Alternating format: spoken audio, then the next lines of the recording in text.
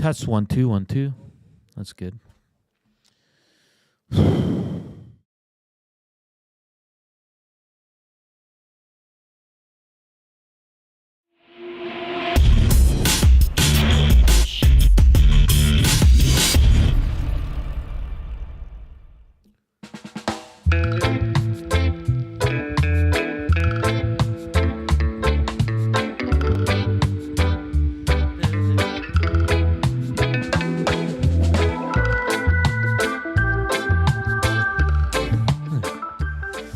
Happy Monday, Nasties. How you doing? How was your weekend? It's 103. It's a cold day in Edmonton. It's going to get cold this week. It's going to get hot. It's going to get hot. Zach, can you put my headphones up a bit, please? Oh, my gosh. Keep going. There, that's good. Welcome to EST Afternoons. They are so loud that I'm wearing and mine are on. I can hear his stuff. Yeah, it's unbelievable. They're like Dusty, eh? Wow. I think it might be worse. Like you, Dusty, and Curtis Stock. Really? All three of you guys have it cranked. Like what do we all have in common? We're old. Gager's is like half as high as yours is. I don't know. I don't know what to tell you. Welcome to EST Afternoons. Joaquin Gage, Hernan Salas, and our wonderful producer, Zachticum, is here. We got a fun show today at 1:20. We're going to do highlights, lowlights. We're going to have some fun. I got 4 clips, Gager, but 2 are just for fun. 2 are just for fun. Well, actually, 3 are for fun. 1 we're going to break down. That's at 1:20. At 1:40, Farhan Lalji from TSN. We'll go around the CFL. Maybe we'll ask him a Canuck question or 2, but lots going on in the CFL. And at 2:20, we'll tee up the Blue Jackets and Edmonton Oilers. It's game day. Oilers coming off a 3-2 overtime win last night in Detroit. And we'll be joined by Daniel Nugent-Bowman from The Athletic to kind of recap last night and tee up today's game as well. Like always, you can hit us up on the Nasty Chat. It's already going. Or text us at 780-218-9999. You'd like to listen to us, hit us up on EdmontonSportsTalk.com, TuneIn Radio, iHeartRadio, or watch us on the EST YouTube channel. And like always, we're coming to you live from the William Huff Studios here in the west end of the city. And also in the second hour, it's another qualifier for the EST Flyaway to LA, which is proudly presented by the 780. Gager, how was your weekend, my man? Yeah, it was good. I mean, I got to see my old roommate, Bill Ranford. Yeah, I saw that picture. Yeah, Billy. So, yeah, how was BR, that? It was awesome, man, because I turn around and he's there, and he's Gager. Well, I think he said walk. But yeah, it was great to see some old familiar faces. Pretty cool. That's little awesome. I won't lie. I was a little bit worried about the Mac-T Randy Gregg celebration after the game, just because it was going to be after. If the Oilers lost, would anyone stay? You know, but obviously some people left. They had to get to the casino, I guess. But a lot of people stayed behind. Randy Gregg, dude, what a speech! Great. Yeah, I heard he was great. Like I was looking for his papers, and he rattled off one of the best speeches, like so prepared, so polished. We got to get this guy on. He's great. And then Mac-T with his usual humor, great speech as well. 2 really deserving guys to go up there, I think. And then just hanging out with a bunch of guys and laughing and stuff. It was I'm a lucky guy, right? Like I met Troy Stetcher. Said hi to Leon Draisaitl. I met Darnell Nurse for the first time. All real nice guys. You know, like so it was pretty cool. What's Billy up to? Well, I was going to get to that. Oh, okay. But little insider information here. He told me, maybe I'm talking out of school, but I can't see why not. He's the goaltending consultant with the Los Angeles Kings. Okay. He was coming to look at Jari, I think, but Jari wasn't playing.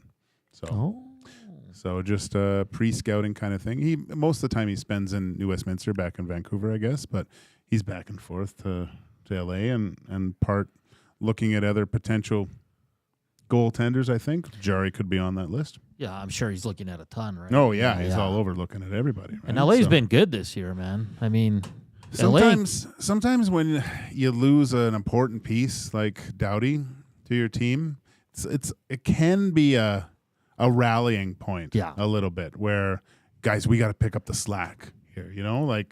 And because he was such a major centerpiece to that organization. So I don't know how long you can last with him out of the lineup, but for now, looks like the Kings are okay.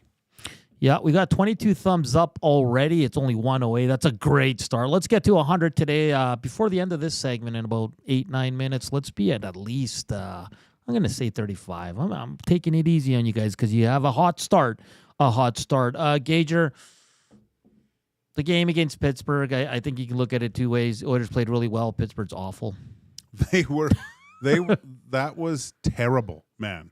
I haven't seen a team play that bad in so long, and I just felt so. Was it Nedeljkovic? Was it that? No, it was the other Blunkfist. Guy. Blunkfist. I felt so bad for that dude because he played well, man. But there's only so much you could do, and then Leon with that. I mean, if that's on an Oilers goalie, you're probably saying that's a stoppable puck. Great shot. Oh yeah, unreal shot. But for everything that happened and kind of a few horseshoes. I thought he played quite well, but then that soul stealer of a goal that Leon got past him, you could see just the whole bench would just went, ugh, oh, there it goes. We're done. Yeah, that was the 34th shot. Unreal.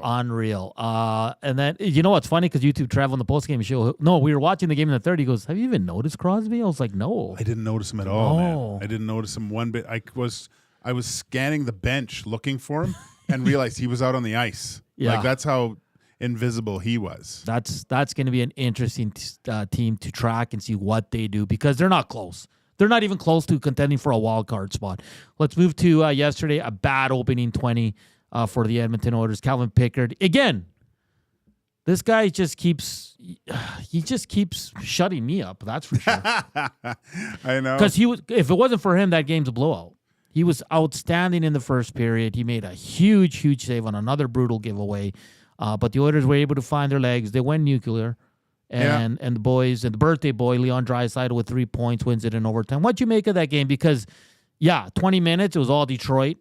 And then the last 40, including the very brief overtime, it was all Edmonton Oilers.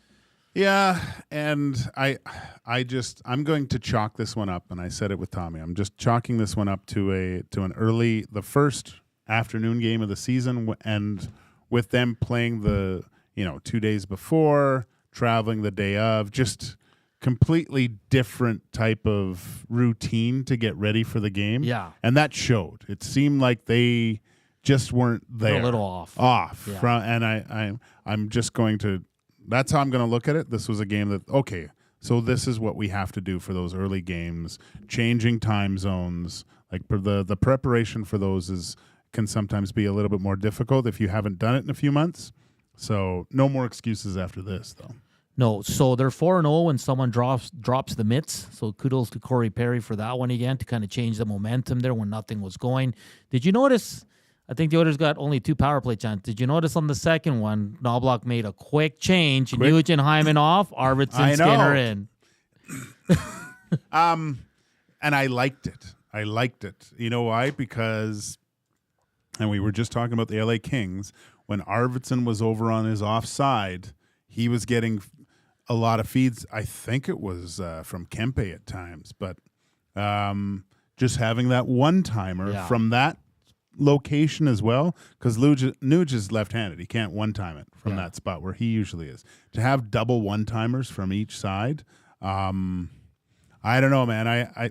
I Nuge is a great player. It was good to see him finally get one against Pittsburgh, but just the way Arvidsson's going, if you're going to make a change, I think, and I want to see how Arvidsson does with that weapon, because I do think they're trying to get. I mean, they have the 2 one-timers with Kubusch, and Leon, but I think adding another one over on that other side with Arvidsson can add a completely different dimension where it's going to open up a lot more things on that power play. So people were upset on Friday because he went back to the original 5, which is fine. And I kind of We said that though. Yeah. Of course he was. Yeah, and then but a lot of people said, well, now you're like it's like a false, what's the word I'm looking for here? It's just the players to look at it and be like, he was bluffing. It was a bluff.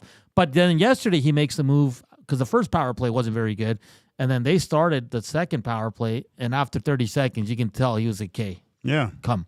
You guys are coming off like enough is enough. So that's why I'm intrigued to see what happens tonight because, like you said, Arvidsson and Skinner are better than Hyman and Nuge right now. Yeah. And that's fine. Yeah. Because those guys will find their game. There's 2 other players I want to talk to you about.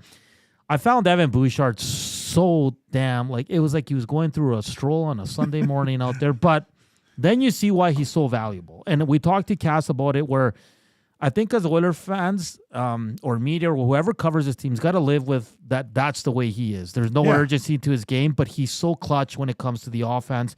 He scores a big goal for the team. So it's almost you have to live with how nonchalant he is sometimes on the ice. That drives you crazy. Well, yeah. And why does that drive you crazy so much, buddy? Because you saw when he does ramp it up and he is intense, what a good defender he can be. Like he was great in the last 2 series in the playoffs against Dallas, and there was some urgency in this game, and maybe that's just it. Like some guys just perform better when there's a lot more at stake. Kulak's one of those guys. Mm-hmm. Kulak raises his game way above where and I love his regular season game. I think it's good.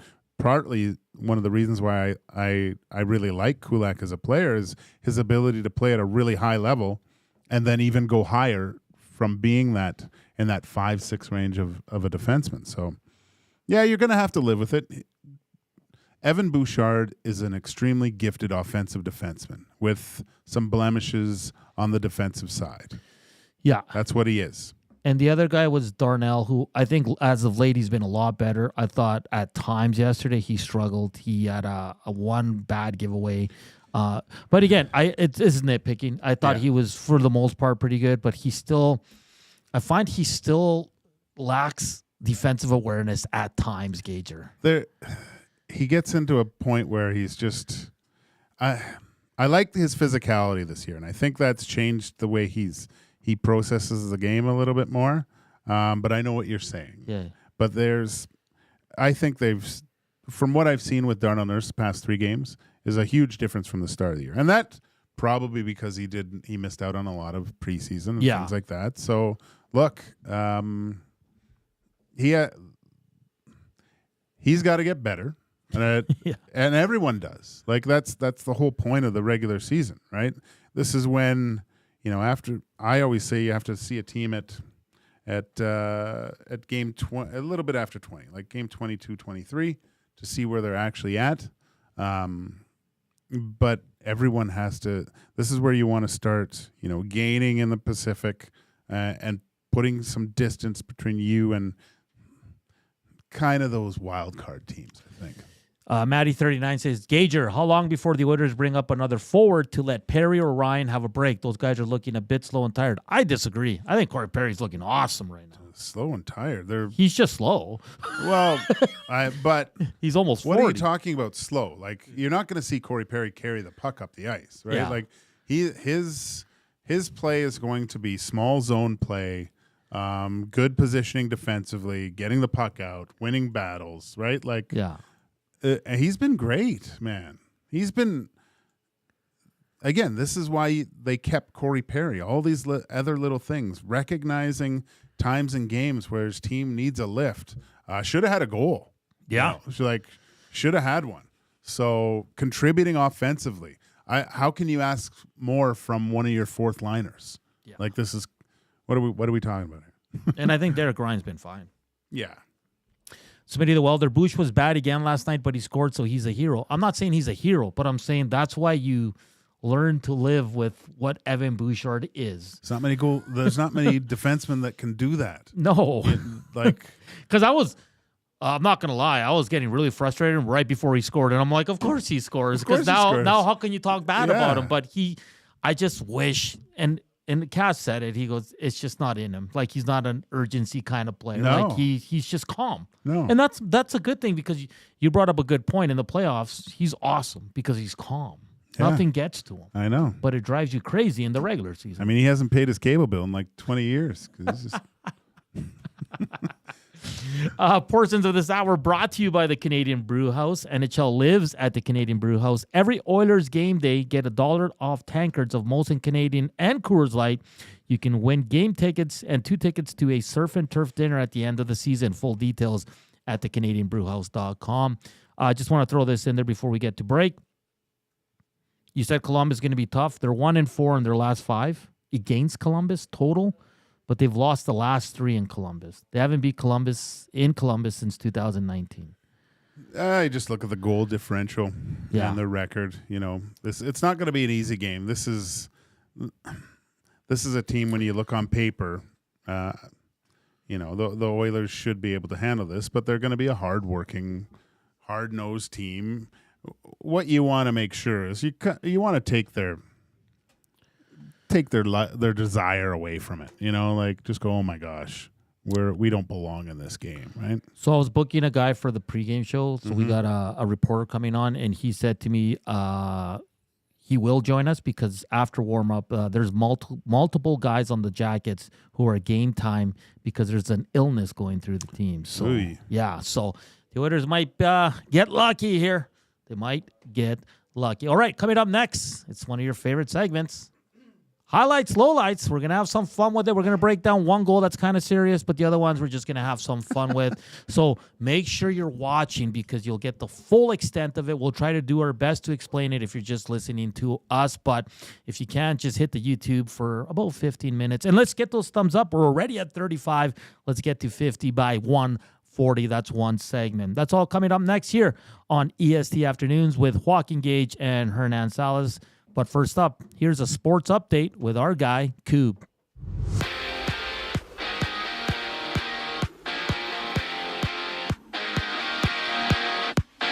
The Oilers look for 3 in a row tonight against the Columbus Blue Jackets, with Tom Gazzola and Hernan Salas live for the GCL Diesel Oil Stream pregame show at 4 o'clock right here on EST. Elsewhere, Stamkos and the Nashville Predators take on his old team in the Tampa Bay Lightning.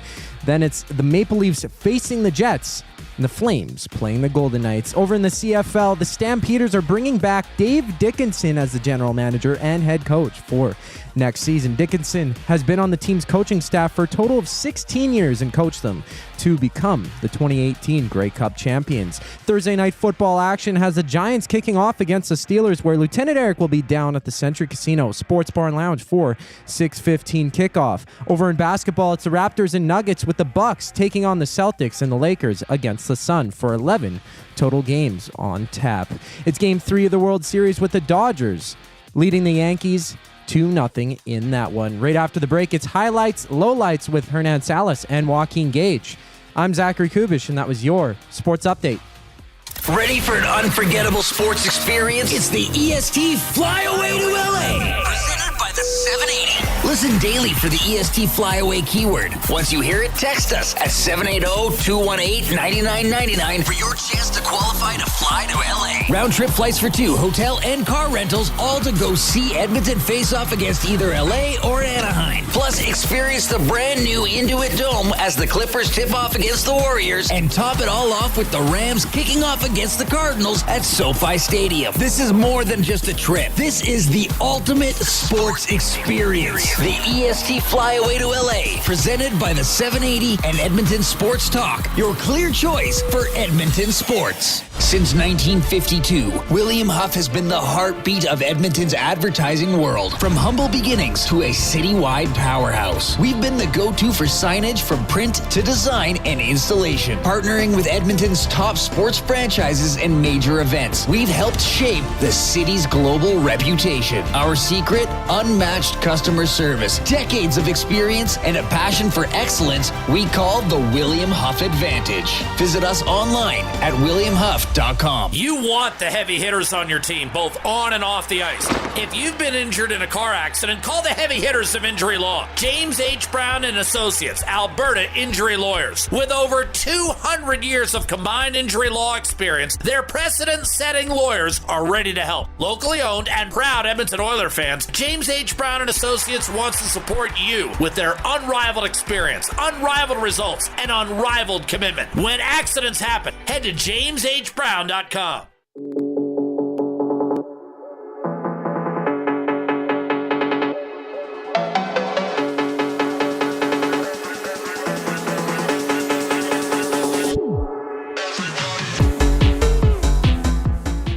$123. Welcome back to EST Afternoons here on Edmonton Sports Talk. Your clear choice for Edmonton sports. The boys are rocking to that beat. Gager, and you can't see the Kubes. Everybody giving you a shout out on your wardrobe today. You look very dapper, my friend. I feel like I'm like somebody going off to Hogwarts or something. I don't know, with the collared look I got here. Like I got the collared shirt with the sweater. I feel like I should be British, but What house would you go in? probably, I don't know. I'm pretty generic. Probably Gryffindor. Oh yeah. I wouldn't be the botanist or anything. No? Nah, Gryffindor. And I'm not a Slytherin. I don't like stabbing people in the back or anything like that. And I'm scared of Snape, so I wouldn't want to have him as a mentor. What about you, Nanzo? What house are you going in? Oh, I don't even know what you guys are talking about. Jesus. This guy. Sorry, man. I'd say you're probably Hufflepuff. What Yeah? is it? Yeah. But yeah, you look sharp, young Coop. Good on you, buddy. Text us 780-218-9999. Hit us up on the Nasty Chat. Keep the thumbs up coming. We're rolling on this Monday, which is great.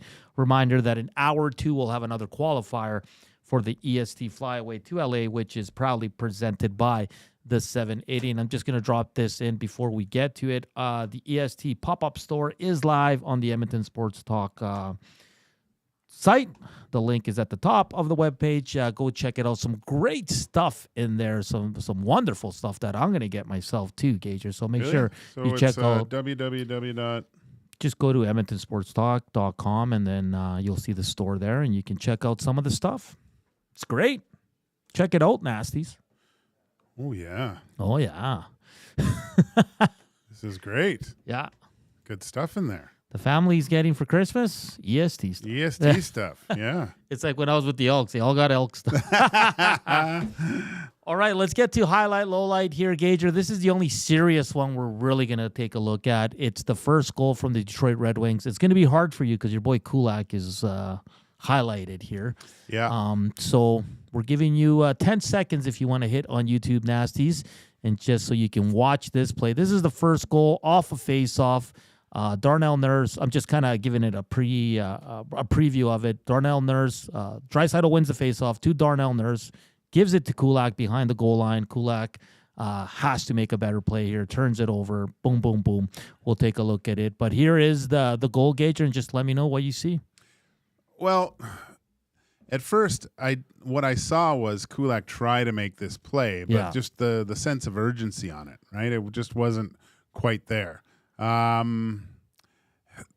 Great play. I'm not sure who the first forward checker was on to Kulak here, but what you see is just Patrick Kane. Yeah. Perfect. Like recognizes a loose puck. And you know what? A lot of the times I would say this is a lucky goal, but in the case of Patrick Kane, because the nets now are a different kind of, they're designed a little bit differently, the back part of them, where if you do put it off a certain part, it will bank and go straight out into the middle.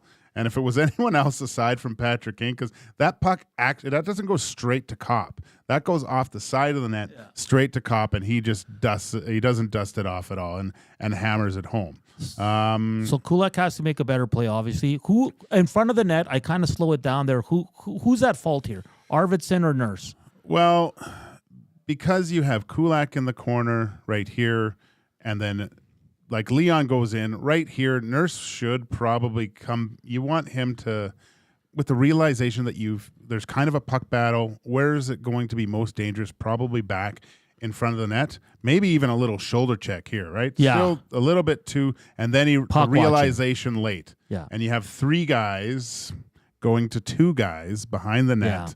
And if Darnell is just like right here, shoulder checking, boom, boom, Boom, boom. but he Yeah. sees one guy. Where's the third guy? Arvidsson comes down low, but I mean, I think in my mind, Nurse coming back to the house, if he's there, he probably intercepts that puck getting shot out into the middle. Yeah, so number one culprit is Kulak, number two Nurse. Is that how we're going? I would just with the loose puck, I would say just come back to the house at that point. You're all safe right there, right? Yeah. You want to outnumber guys. If they had better position here, right? I would see maybe going in, and maybe that's what he was banking on. But I would just like to see Darnell fade back into the middle a little bit more. All right, that's going to do it for the negativity. That's the low light. Well, actually, we have another low light, but it's pretty funny. I just want to show Kubes when you get to look at, let's look at the overtime winner. And the only reason I want to look at it, such two great plays, but Ekholm's pass is absolutely ridiculous, Gager. Yeah, here it's really So good. he ran- So here, I mean, the wasn't the, if memory serves me, so they got back to 4-on-4. 4-on-4. So it was kind of a disappointment because they didn't get in on the first entry. So first you have Ekholm just with a smart ring, right? Just getting it deep. Yeah. They win the battle on the other side, get to it first. Here, there's just not the recognition on the backside. But, man, for Ekholm to kind of see Leon here, Leon kind of sneaks into that quiet place, and then there's a reaching perfect pass through two guys, basically through three guys. Like two sticks. Yeah. Like, it's Yeah. just, I just wanted to give Ekholm his praise because he doesn't land on a lot of these, even though he's a hell of a defenseman. But like, just like to get it under, like, because the guy puts his hand down, there's just a little bit of room like between his glove and his stick, right? Yeah. Like that has to be just a perfect pass, and he just sees it, boom. Oh, we're back And on it's not. We're back on the wrong goal there. That's okay. He can just come back to us here. But I just wanted to give kudos to Mr. Ekholm there because that's a hell of a pass. Great pass. And good job from Leon going to the net, too. Yep. That's not easy, too. On your backhand, getting it like that. That's No one on that team makes that pass outside of Bouchard on the defensive side. Yeah, you probably. Well, I don't know. My boy Kulak's been threading the needle, too. Your boy Kulak was on the low light. I know. He's not in the good books. So the Elks won on Friday with a walk-off punt rouge, Gager. Did you like that or not? Yeah, it's part of the game. Like, Yeah, use yeah. it, man. If it's not against the rules. So I would hate to see a playoff game end that way if that's okay. I can see it in the regular season. Yeah. But for a team to lose that way in the playoffs, I guess it's part of the rules, and I get it. But it to me, it's shootouty, or three or going down to 3-on-3 in the playoffs. It's just not real, Yeah. So the CFL already does a really good job with overtime, but yeah, the rouge at late. I don't know. And so they win 31-30. It was great. Dre Ford was excellent. He threw for 325 yards and 3 touchdowns. And he only played 3 quarters because the second quarter they gave to Jared Daggy. Yeah. He spoke with the media today. Our own Reed was there, and he tweeted out that when asked about him, Edmonton being the place for him to be a starting quarterback, he said, "I'm not 100% sure. It's not my call. Got to see how the cards fall. Talk to my agent and see what everybody is saying and go from there." So, I mean, we're speculating. Rick Lawless sure did say as well today he wants to hire the president. Then the president will hire the GM. Then the GM will hire the coach. And he wants it all done by the Grey Cup, which to me seems a little unrealistic, at least for all three. Well, hopefully they've been doing their due diligence to put those places or put those people in their place over the past few weeks. Yeah. It doesn't just start now because that's kind of a short time frame. So for me, it's like this might be that game might, and might's the key word here. Might be the last time we see Trey Ford in green and gold. So late in that game, they got a drive, I think, with just under 50 seconds left, and he made 2 passes for a touchdown. I just want to show him because for all those people that say that this guy can't make all the throws, just watch these 2 throws because they were absolutely outstanding, and I'm very happy that he connected in the touchdown with his good buddy Zach Mathis, friend of the show. Like, that was awesome. You saw how happy they were. So if you can just roll it here. So this is the first play. Like, look at this pass to Geno Lewis. Right on the money, man. Like that's when quarterbacks are dropping it in like that, that's impressive, man. And this is the winning one where Dusty even thought he was going to take off running, right? Because he goes up in the pocket. And then, but look at this one where only Zach Mathis can grab it. That's like perfect. Just fantastic. So if that is, knock on wood, hopefully it's not, the last two big plays we see Trey Ford, they were wonderful. Absolutely wonderful. I was very happy for him. Very happy for the team and everybody there at the Elks organization that they were able to finish off the season with 2 wins and 7 in total. So we'll just take a look at this one. That was 2 plays, guys. That was absolutely 2 plays, and they were in the end zone, which is great. That's good, Zach. Thank you. So you think he's back? It's hard. I really don't know. Yeah, I don't know like either. It's tough. Let's do some comparisons. It's tough to compare different sports, but obviously, I mean, if you could talk to Trey Ford, I think you would get a side of him, if he was going to be completely honest, that he was a little disappointed with the season. Right? Everyone wants to start. He finally kind of gets it, and it's not clear cut in stone. He didn't have a good game. Coming back off that break against those back-to-backs against Winnipeg in that first game. And probably deserved to Bethel Thompson deserved to come in that second one. But yeah, I'd like to see him back. I'd like to see him just give him the reins regardless and see how it goes. Give him 6 games or whatever. I mean, whatever it takes. I don't know. But just hearing that, he's going to test the waters. He'd be crazy not to and go from there. But I mean, he's got some people here, I think some good offensive weapons. Oh, 100%. And he's built some chemistry with these guys. So part of staying with an organization, knowing what you have if the opportunity arises again. But he probably wants to see who else they're signing. He's a young guy who hasn't had a lot of reps compared to other guys. He's going to have bad games. I think you want to see what he has game in and game out for a whole season. And again, he didn't get that opportunity. Well, he did in certain ways, sure. But it's going to be fascinating. Big Uke says, I like Ford. For being honest, I'd hate for him to say, yes, I want to be here and then sign somewhere else. I also wouldn't blame him for leaving. Man, I think a lot of people are in that boat. And I think we won't have a better sense until we know who the president and the GM are. Well, I'm sure we'll do a full league diagnostic and kind of where in the world will Trey Ford go, just to see other teams, what they're doing with their quarterback situation. Yep. Obviously, BC's locked up. Here's, you don't know. What's the story in Calgary? They're rolling with Dave Dickinson as GM and coach, confirmed by their okay, so president. they're all done. But in the quarterback position, it's going to be fascinating. Yeah, so there's openings everywhere. Hamilton, who knows? Trey in Calgary would kill me. Kill me. We'll continue the Elks talk and CFL talk with Farhan Lalji coming up next. But before we get to break, I don't know if you saw the Hail Mary, Jaden Daniels, Washington Commander. Okay, there's a video of a fan with the DB from Chicago celebrating. So let's just watch it. And he's celebrating while the play starts. So we'll just wait for Coop to tee that one up. It is absolutely amazing. And I slow it down at the end because there's something that you just have to see. So there he is, taunting on the bottom left. And the play's going. Yeah. He realized, play's coming. Oh, no, wait. Yeah, I think it comes back into shot. Yeah, Jaden Daniels still running around. And then I slow it down here. Look who deflects the ball. I know.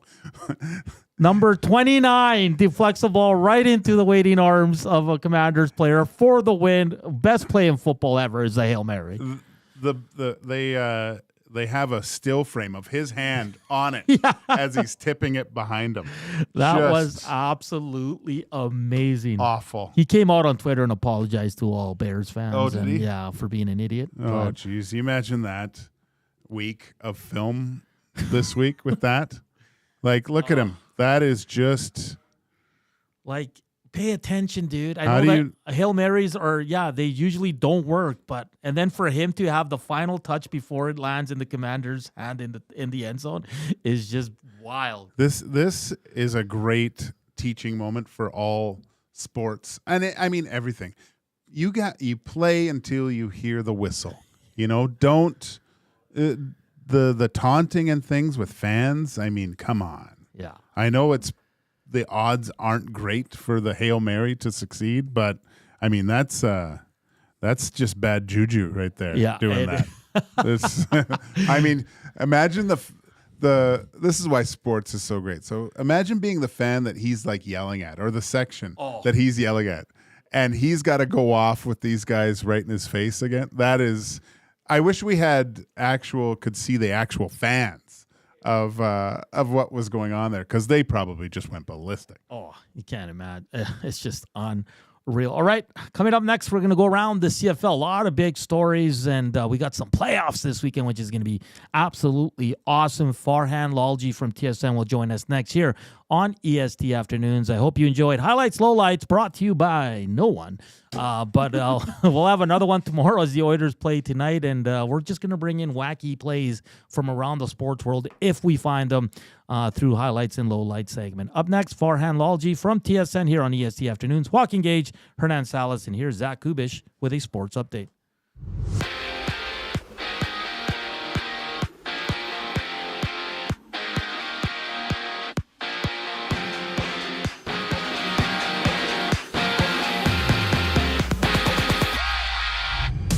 The Oilers are back in action when they battle the Columbus Blue Jackets, and you can join Tom Gazzola and Hernan Salas live at 4 o'clock for the GCL Diesel Oil Stream pregame show on Edmonton Sports Talk, and they'll be doing the show down at Westgate Boston Pizza, where you could join them for the action.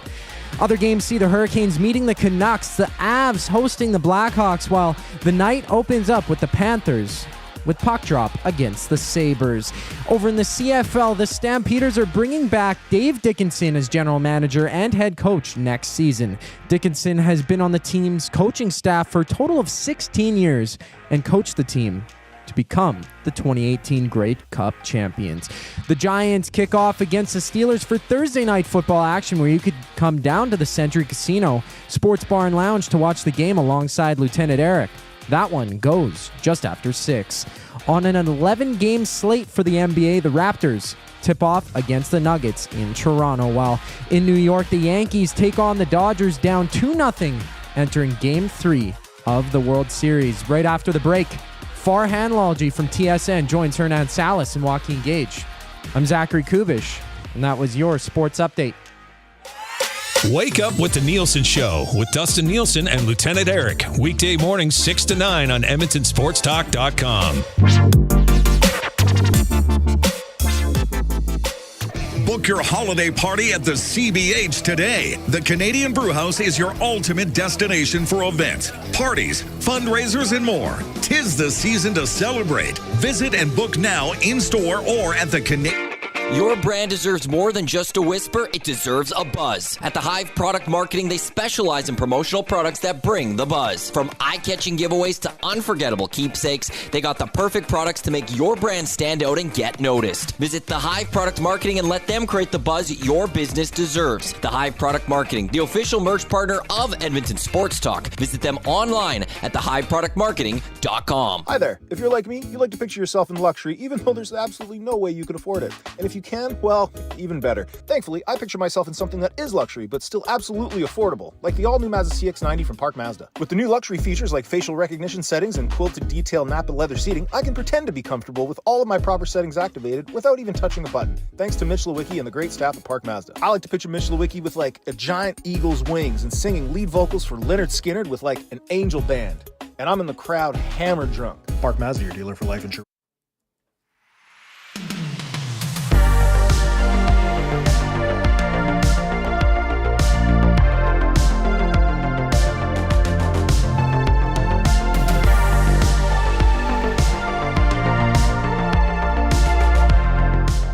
It's 1:41.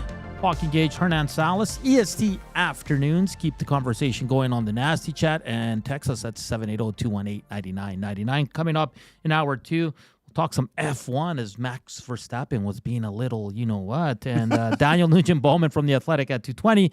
And we'll have another qualifier for the EST Flyaway to LA, which is presented by the 780. But right now, we're going to bring in Farhan Lalji from TSN as we go around the... Oh, we're going to wait a bit here as we're just waiting to connect with Mr. Farhan here. And he always has a good beat on what's going on in the CFL, NFL as well, and the Vancouver Canucks. What do you think of the West semifinal with BC and Saskatchewan? I think it's a beauty game, man. That's going to be awesome.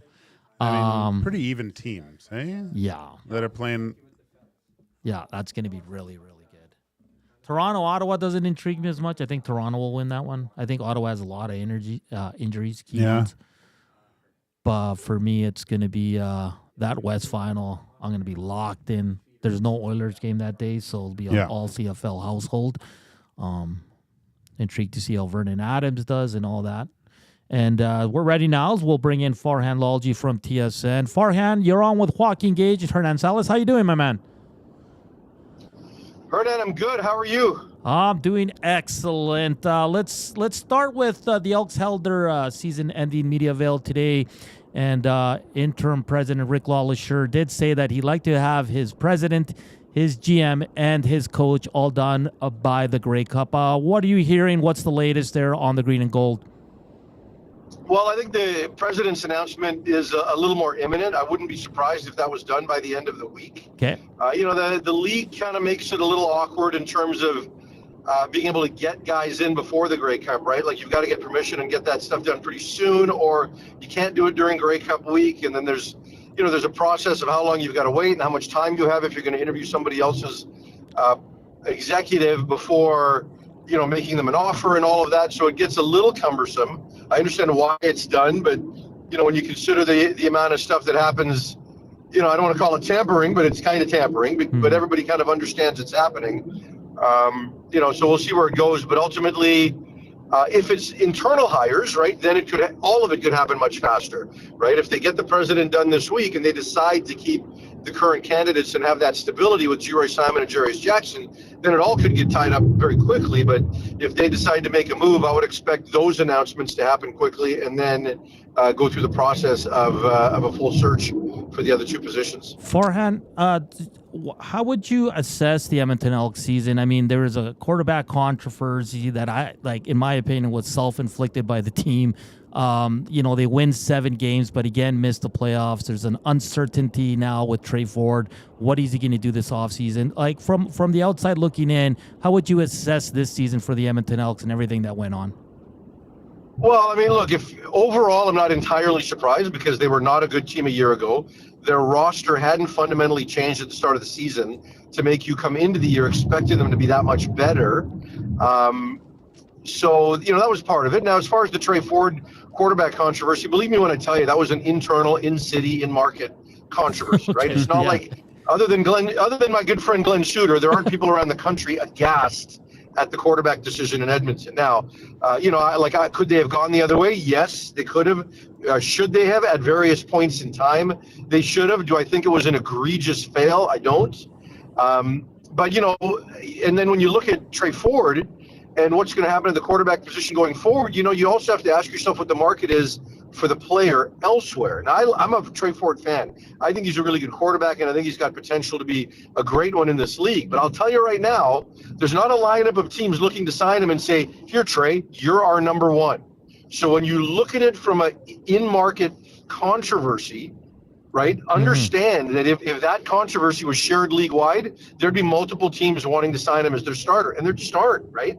So, there might be teams out there looking to bring him in as a 1B where they're like, hey, look, you're going to get to compete for it, but no one's going to just give him the keys to the car.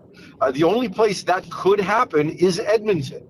So we'll see who the next, what the next regime looks like. If it's the current regime, I think there's a desire to potentially bring both quarterbacks back, right? And give McLeod Bethel-Thompson and Trey Ford an opportunity to compete for it. Now, understand that this year that wouldn't have been a fair competition, and I say that because of how much money was paid to McLeod Bethel-Thompson. Yeah. That wouldn't be the case next year, right? Like both players would, again, this is all hypothetical now. If Simon and Jackson get brought back, I would imagine they would do everything they could to bring both quarterbacks back at similar contract values with a lot of available playtime associated, so that it becomes a fair battle, right? And that might be the best option either quarterback has, right? And they do get along genuinely. So, we'll see where that goes, but I do think in the last 3-4 games, right? I would have, but for those who think it should have happened significantly earlier, I'm just not in that camp. I get why they made the moves they made.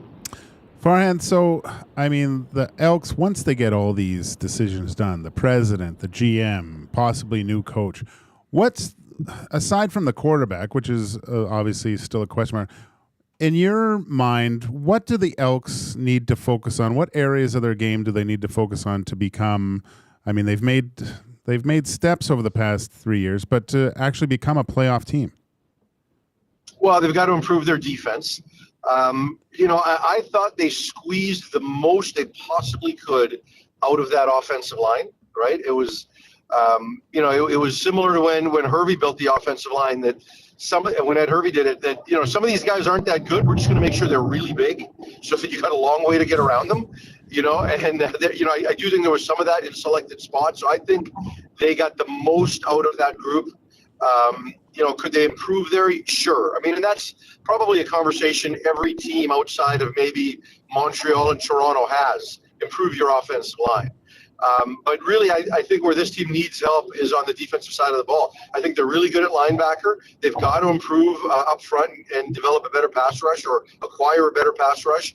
And I think they've got to make some improvements in the secondary. And not a huge number of improvements in the secondary because they've dealt with growing pains and they've been young there for so long, right? That I do think there will come a reap the benefits of that youth and the growing pains that you went through. You don't want to just continuously stay in a cycle of change there because of the chemistry required to function on the D line. Or on the in the defensive secondary. So improve your D line for sure. And if you do that, the secondary will automatically get better. And I think they're good at linebacker. So those are kind of the areas where I'd start on D line, potentially tweak the O line. I think their skill positions are good. I think their running backs are good. They got to make a decision on Geno Lewis, because as good as Geno Lewis was, you can't pay him $300,000 next year. You just can't do it. So they're going to have to see if he wants to come back on a more market friendly deal or not, because I don't think anyone will pay him $300,000. So we'll see where that goes. So those are kind of the big ones outside of the quarterback position. Well, we got the big West Final coming up, BC and Saskatchewan. Quite interesting. West Semi, yeah. Or Semi, sorry. Quite interesting little quarterback matchup. Obviously, now with the BC Lions announcing that Vernon Adams Jr. is going to be their starting quarterback, and Elks fans are no stranger to Trevor Harris. Who do you give the edge to just in this game, just because of the injury to Vernon Adams coming back later in the season here? Who has the edge going into this game at quarterback position? Oh, at the quarterback position, it's a good question. I'm going to say Trevor, and I'm not going to say Trevor because Trevor's better than Vernon, because that's not how I see it. I just think Trevor's been very, very hot. He's been playing really well since coming back from injury. In Vernon's case, I think he looked great in the last game. However, you're not going to get the same defensive looks from Saskatchewan as you did from Montreal. Montreal likes to pressure. When they like the pressure, that creates matchups in the secondary, and Vernon loves to push the ball, and they were able to take advantage of those matchups. Saskatchewan's going to play off. They're going to force Vernon to dink and dunk and try to play small ball, and I'm not sure whether or not Jordan McSimic and that offense is equipped for that. I think that they've got a good run game and they can do some things, but when you say who's got the edge at quarterback, I think Trevor has the better matchup against BC's defense than what Vernon has against Saskatchewan's stylistic defense, right? So I'm not going to say that they've got the quarterback advantage. I'm just going to say they've got the matchup advantage on that side of the ball. Farhan, on Saturday, Commissioner Randy Ambrosie announced that he's retiring from the league after 7 years in the top role. When you look at Randy Ambrosie's tenure, like what's going to be his legacy here? Because I'm seeing a lot of mixed thoughts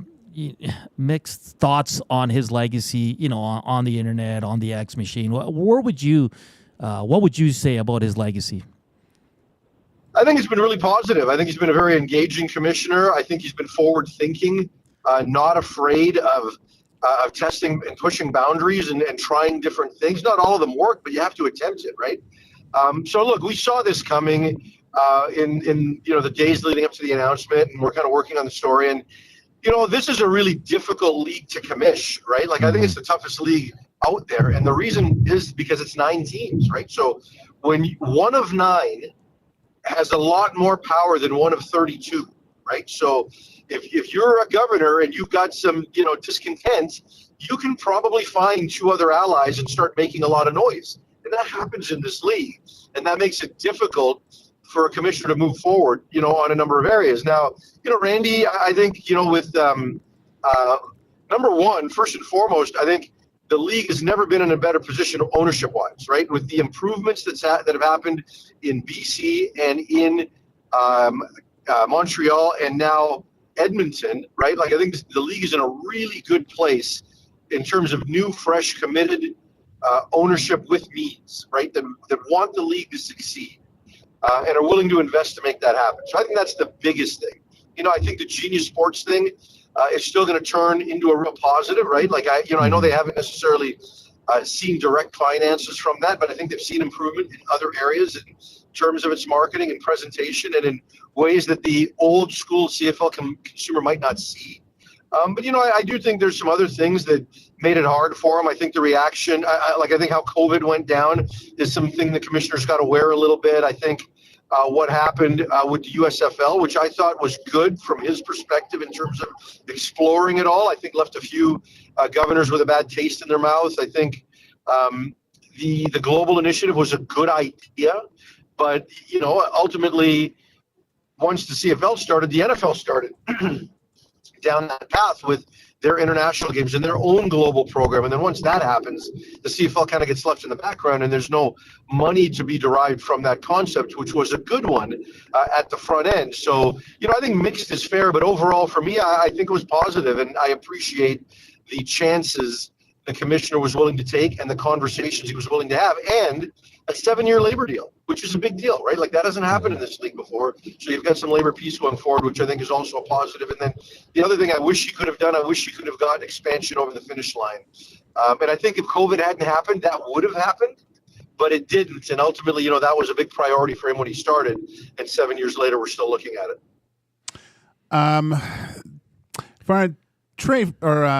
Bo Levi Mitchell had some great numbers this year. His exit conference saying that he's not sure what his future holds. Do you see him possibly hanging up his cleats and grabbing a microphone, or does he have something still left to give in the CFL? Well, based on this year, he's certainly got something left to give. I kind of think that there's a little too much water under the bridge as far as returning to Hamilton is concerned, right? Like as strong as he finished, I think that organization would probably like to move in another direction and, potentially not just find their quarterback of the present, but also find their quarterback of the future. So, I know that they are fans of Taylor Powell. Would Scott Milanovich be willing to risk a season on Taylor Powell, who's shown signs, but, hasn't necessarily shown he can be the guy just based on injury? Do they get involved in the Vernon Adams sweepstakes, which I think a lot of teams are going to be interested in this offseason? So, I think those are some questions that need to be answered. And, then does anybody else bring Bo back as the guy, right? Like if you're Calgary, do you bring Bo back and say, okay, we're going to, we're going to do that. And if you're Bo, do you want to go back, given that's probably the worst roster in the league? Right? Like if you ask me objectively, right? Like it's Hamilton and Calgary. So if you're Bo, do you want to go back? So will anybody pay him that much to be a locked-in day one starter? I'm curious, right? Or does he become, what we were talking about with McLeod Bethel Thompson? That could you come in and, into a situation where, let's say for the sake of argument, 2 quarterbacks get paid $250 each, and there's $100,000 in playtime incentives available. You know what I mean? And Bo becomes one of those guys that gets $250 plus playtime, right? Like where I think there'll be a couple of situations in the league that offer that. So, I'm curious to see if that happens for Bo. Like, do I think he would be ready to hang him up and go to television? Sure, but I just don't think TSN's going to pay him frontline quarterback starting money, right? Farhan, great stuff. Thank you for taking the time to join us. Look forward to your coverage here for the CFL playoffs. Like always, great stuff, and we'll chat soon. Thanks, guys. Farhan Lalji from TSN. Any appetite for Bo Levi in Edmonton, Gager? Well, just going up against the Stampeders, yes. I mean, that's trade to Calgary. Oh God, I don't know. The whole quarterback carousel of the summer is going to be, I guess the Vernon Adams is, the sweepstakes, as he put it. Is he the most sought after quarterback this offseason? I think probably so. Right. Well, because what's interesting, Gager, he's under contract, so you'd have to be a trade. Yeah. I think he's under contract. Let me double check. But they're going to be looking to deal him, right? They can't keep both. Can't keep both at this point. So let's say BC starts slow on Saturday.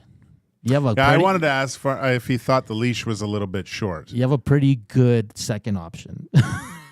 Yeah, but you also want to allow him to work through. Yeah. That's gonna be fun, man. I can't wait. I like how he mentioned the matchup intrigues him. Just the fact that he thinks that the Saskatchewan defense provides a little bit stiffer challenge for BC from Trevor Harris going up against BC's defense. So. Yeah, that's going to be interesting. It's going to be a great, great game. Can't wait till the green and gold are back in the playoffs. We can be breaking that down. 57 thumbs up, Gager. What do you think is realistic for the second hour? Well, we could probably get at least another 50 in the next 5 minutes. All right, let's go. Let's hit 100 on this Monday. Coming up in hour 2, the EST fly away to LA. We'll have another qualifier, and Daniel Nugent-Bowman from The Athletic. But up next, we'll continue the Oiler talk, but I want to get to F1 as it was another interesting race and a great day for Ferrari. That's all coming up here on EST Afternoons with Joaquin Gage and Hernan Salas. Celebrating 70 years in the signage industry, William Huff Advertising is the most recognized name in the game. An in-house, one-stop shop for all of your design, print, and installation needs. William Huff provides quality graphic solutions for everyone. Here in our City of Champions and throughout the nation, they are the preferred signage partner entrusted by many of the biggest corporations, pro sports teams, and organizations to bring their identity to life. Recognize the name, get in the game. WilliamHuff.com. Looking for a winning strategy for your retirement? Contact me, Joaquin Gage at K4 Financial, where expertise meets dedication. I will always look for a careful approach to your retirement, ensuring your financial future is secure. From tailored strategies to clear, actionable advice, I'm here to guide you every step of the way. Don't leave your future to chance. Get in touch with me, Joaquin Gage, today at k4financial.ca or email joaquin.gage@k4financial.ca to start planning for a brighter future and a more secure retirement. A&W has a deal for you. What's better than one A&W Mama Burger made with a perfectly seasoned grass-fed beef patty topped with pickles, a slice of onion, ketchup, mustard, and teen sauce served on a toasted sesame seed bun? 2 Mama Burgers for only $9.99. You can enjoy 2 of these delicious, mouth-watering Mama Burgers for only $9.99 at participating A&W restaurants in Edmonton, St. Albert, Sherwood Park, and Devon. What a deal! And to make it even more convenient for you, most A&W drive-thrus are open 24 hours.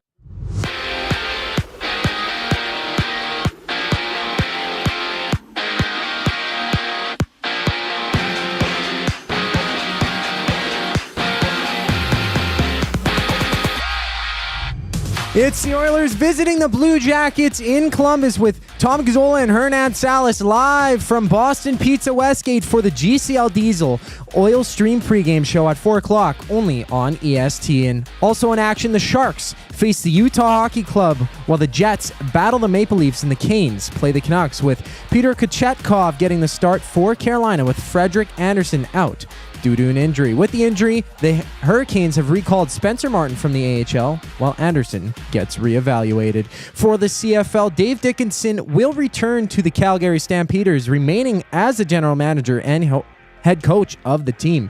Dickinson has been on the team's coaching staff for 16 years and helped them win the 2018 Grey Cup. We got the Giants kicking off against the Steelers for Thursday Night Football, where you can join Lieutenant Eric on Fort Road hanging out at the Century Casino Sports Bar and Lounge for the game. In basketball, the Raptors meet the Nuggets with the Suns and Lakers on the court, the Bulls and Grizzlies tipping off, and the Jazz and Mavericks duking it out as well. From the Big Apple, it's the Yankees seeking their first win against the Dodgers in Game 3 of the World Series. EST Afternoons continues right now. I'm Zachary Kubusch, keeping you up to date.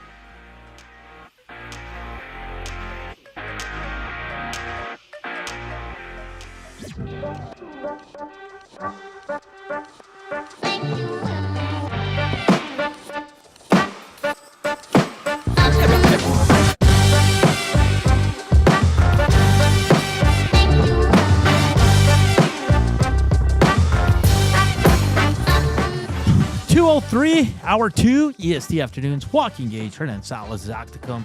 Just give you a little bit of a schedule of what's coming up. At 3 o'clock, it'll be the always fabulous Reed Wilkins and Jay Milne. From 3 to 4, then Tommy, myself, and Sean Bell will jump on for the pregame show at 4. Nice. Live from Boston Pizza. And then from 5 to 6, Reed and Jay will return to close out their show, and then we'll be back with the postgame show, Gager. It's pretty busy. Westmount location? Westgate. It's just right across the mall. Oh, Westgate. Yeah. Nice. Yeah, so go there, get some supper, and then probably watch the first period, and then come back here and just relax and chill. So that's the schedule for today. I'm a little disappointed. We only went up 3 thumbs up in that break, and we need to hit 100 people. I blame Zach. They're 61 right now. We're 39 away. Let's get to 100 on this Monday. For the Oilers, they'll hit a 3-game win streak with a win tonight. We were hitting over 75 at least on both Oiler wins. Yeah. So, right? So let's if you want the Oilers to win, put a thumbs up on there, because really it's your fault if they do come out with a loss tonight. And do you want Trey Ford to stay? Also give us a thumbs up, and we'll know. You want him to stay, huh? I do. I know him. I have a soft spot for him. I think he's a quality quarterback. I think he's still got a lot to learn, sure, but I think he's a guy that you can win with. Gager, in the last 3 years, he's won 9 games. Yeah. Taylor and McLeod won 3, and that's it. So at the end of the day, like, wins matter. Mm-hmm. And he's won the most. Yeah. So... And don't bring up the competition, because we can do that with every other quarterback that's won in the last 3 years. We want to talk about competition, but he's won. So I'm fascinated about what's going to happen. And Farhan said they're close on the president, maybe this week. They need to get that done. The pieces need to start falling to get everything set up. Because look, they can't go 4 years without making the playoffs. No, that's enough. And there was some buzz this year, and I think everyone was excited to see this team. Yeah. And look, there was some good football games at the beginning, but it just seemed like they were slipping away. That's just a sign of a team that's not ready. Hopefully they can, like Farhan said, the improve the O-line, shore up the defense a little bit. That might be just a little bit more experience that they can take into. Obviously, having guys like Nick Anderson come back, I think that's going to help. Who finished as the league leader in tackles. Yeah, just unreal. That's awesome. Unreal. You hope he stays here. I think he's staying, so that's good. I know Niles Morgan's up for a contract, and you can't let that guy go. He's one of my favorites, too.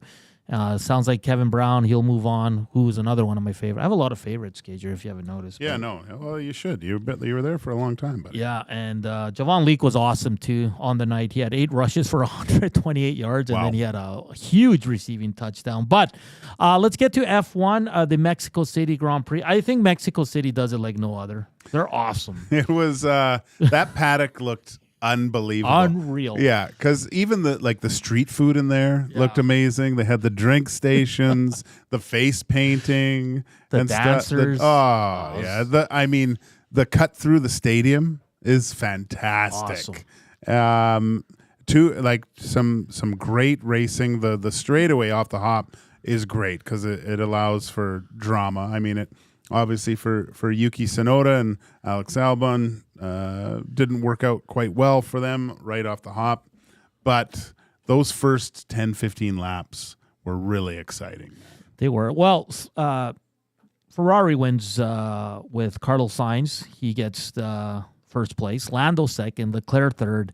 DNFs, Alonso, Tsunoda, and Albon. Too bad for Alonso because it was his 400. That was brutal because he had the gold helmet and everything. I was hoping to see him just. I mean that Aston Martin car has taken a lot of steps back. Like they've just fallen off from that top group essentially. Okay, and now they're just in the battle with kind of those mid-core guys. But yeah, you wanted to see Alonso at least finish in the top 10. Very unfortunate that they just say, something was wrong with the car, and they told him to come in. So I have 2 questions for you. Where do you want me to start, the good or the bad? Well, they're both kind of bad. Ferrari pulling Leclerc back, and then Lando takes advantage of it. What happened there, Gage? I think what they wanted to do was just let Carlos take off, right, and then fall back so he can. You're not putting any pressure on him and things, and solidify. Because I think they just figured that Leclerc would shore up that second position just with his really good driving. Like you heard at one point, he goes, "Now it's time to basically drop the hammer," right? But over the whole course of the weekend, Lando was in a fast car, and looking back at it, it's always a mistake. That's kind of the first little mistake that Ferrari's made in the last little bit, right? So, and I mean, they still leapfrogged Red Bull in the constructors. Yeah. So it's not a complete disaster. That's what happened. But, man, you got to think that, Carlos winning, like obviously you're happy for him, right? But he's even said it's kind of a little bit bittersweet because he knows he's leaving. Yeah. But then on the other side, you have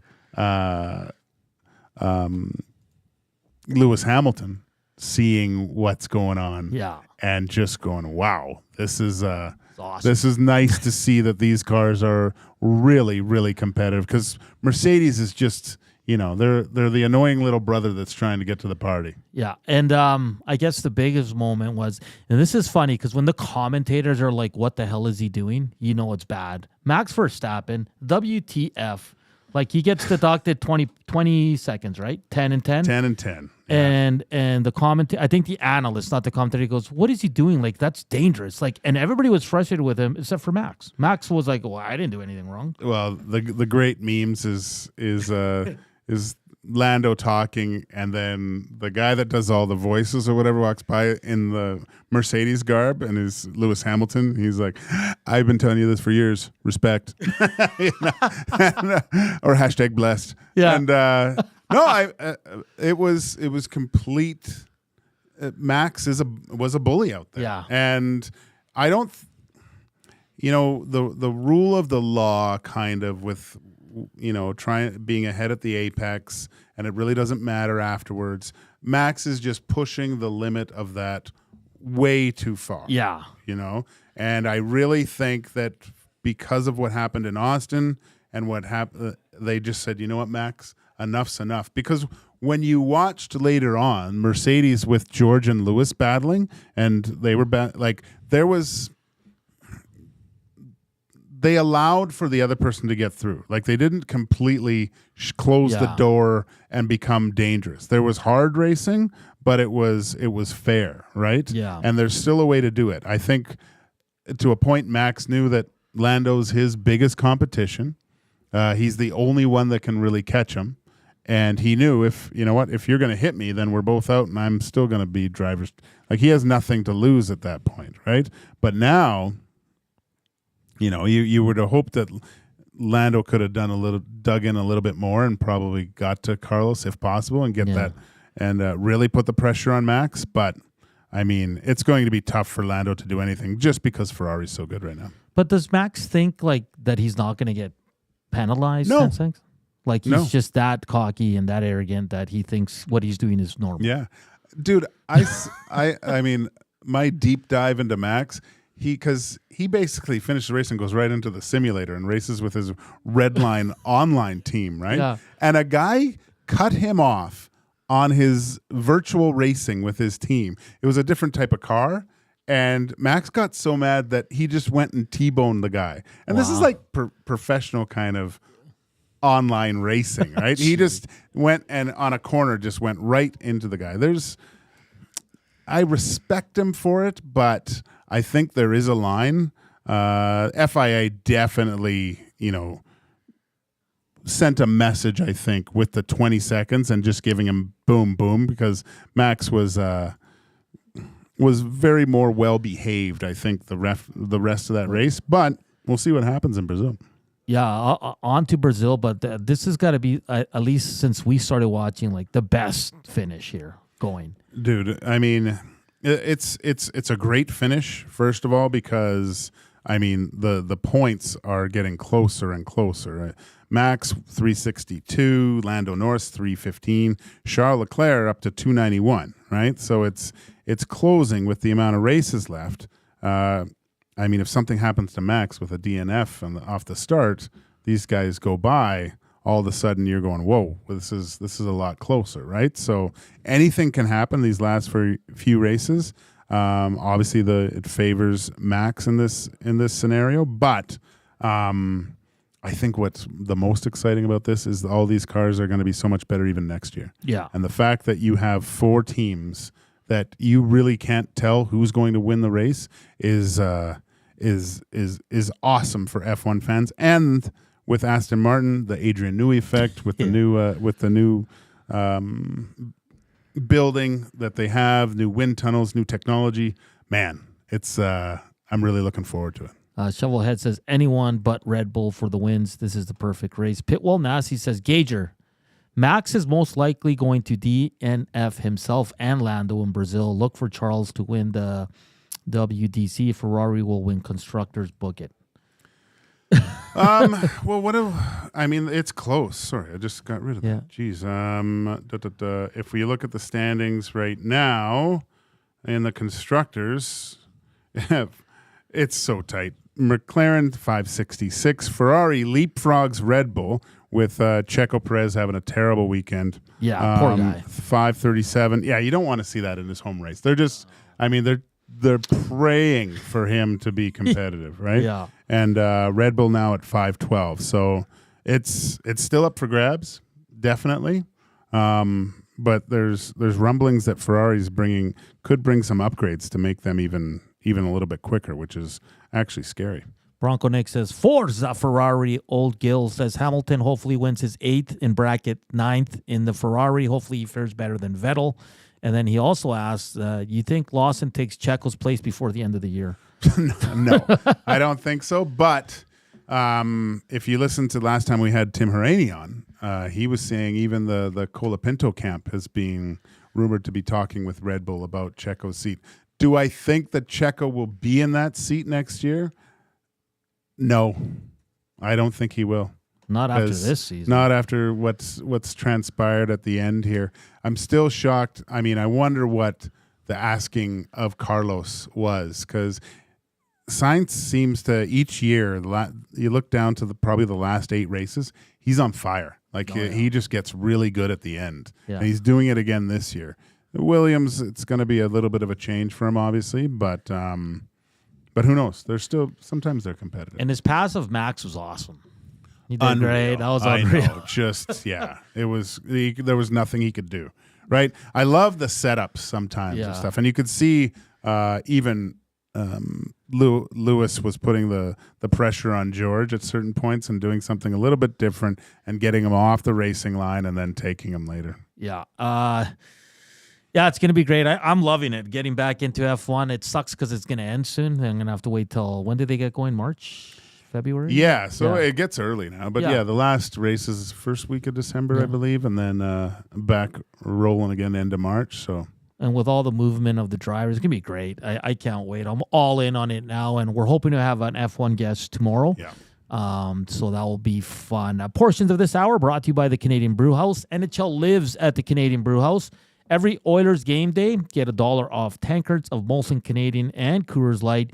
You can win game tickets and 2 tickets to a surf and turf dinner at the end of the season. Full details at thecanadianbrewhouse.com, and make sure to check out the EST pop-up store, which is live on edmontonsportstalk.com. Check out all the great stuff. There's some beauty hoodies and sweatshirts and socks and anything you can think of is there. There's even a Glue Crew shirt. I know. So we got to get a Red Light District. We got to get a Latino Heat one. We'll pass those through Matthew Iwanek, see if he wants to hook that up as well, because I think those would sell well.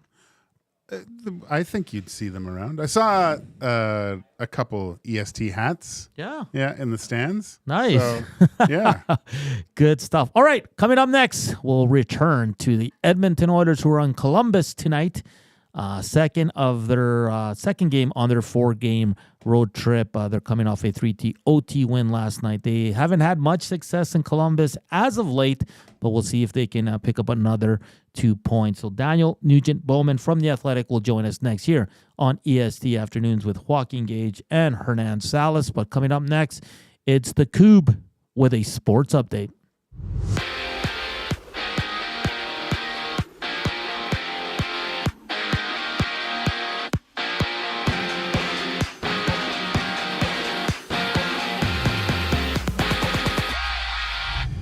The Oilers look for 3 in a row against the Columbus Blue Jackets with Tom Gazzola and Hernan Salas live from the Boston Pizza Westgate across from West Edmonton Mall for the GCL Diesel Oil Stream pregame show at 4 o'clock right here on Edmonton Sports Talk. Elsewhere, it's Steven Stamkos and the Nashville Predators taking on his old Tampa Bay Lightning while the Maple Leafs face the Jets and the Flames play the Golden Knights. Over in the CFL, the Stampeders are bringing back Dave Dickinson as general manager and head coach next season.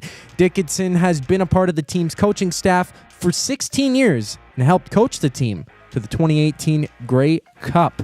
Monday Night Football has the Giants kicking off against the Steelers, where Lieutenant Eric will be down at the Century Casino Sports Bar and Lounge for 6:15 kickoff. And over in basketball, it's the Raptors and Nuggets with the Bucks taking on the Celtics and the Lakers against the Sun for 11 total games on tap.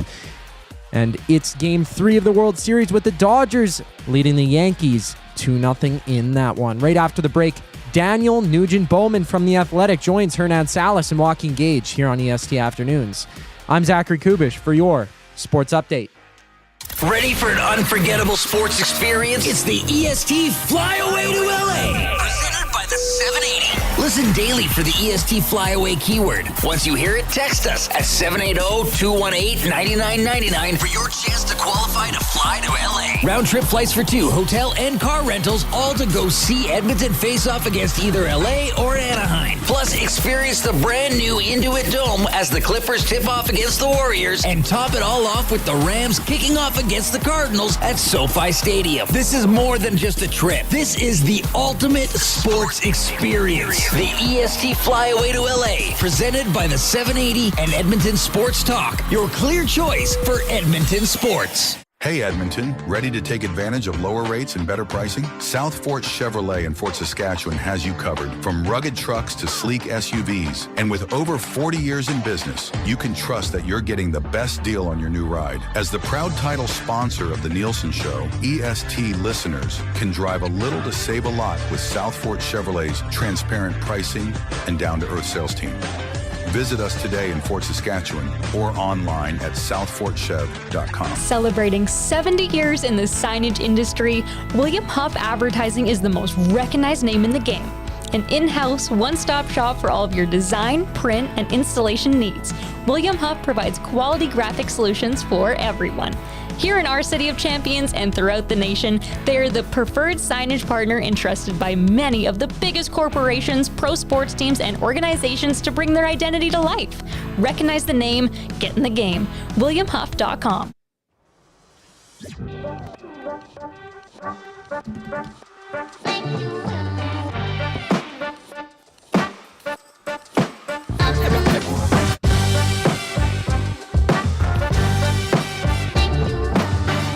It's 2:21 Monday afternoon, EST afternoons here on Edmonton Sports Talk. Static free since 23. Joaquin Gage, Hernan Salas, and Zach Kubusch.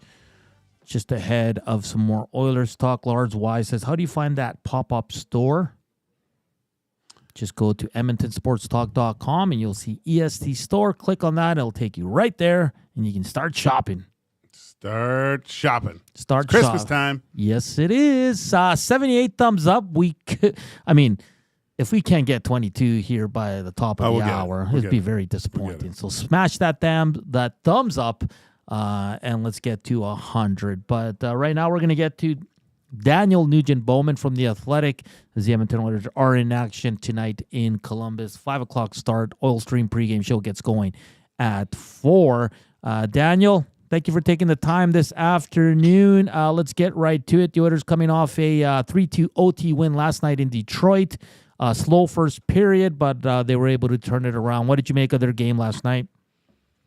Yeah, nice to be on with you guys again. I think you've hit the nail on the head. Like the first period was pretty slow. Like they looked like they were the second best team. Then they picked it up, right? Yeah. It's kind of what you maybe expect from a team. Going east, spending a portion of their Saturday traveling and going at the start of a road trip. But I thought they got better again as the game went on, and Leon Draisaitl actually kind of really took over that game with 2 goals in the setting up Bouchard for the goal, and then obviously netting the winner himself, connecting off a beautiful pass by Matthias Ekholm time. So this turned a corner, I think.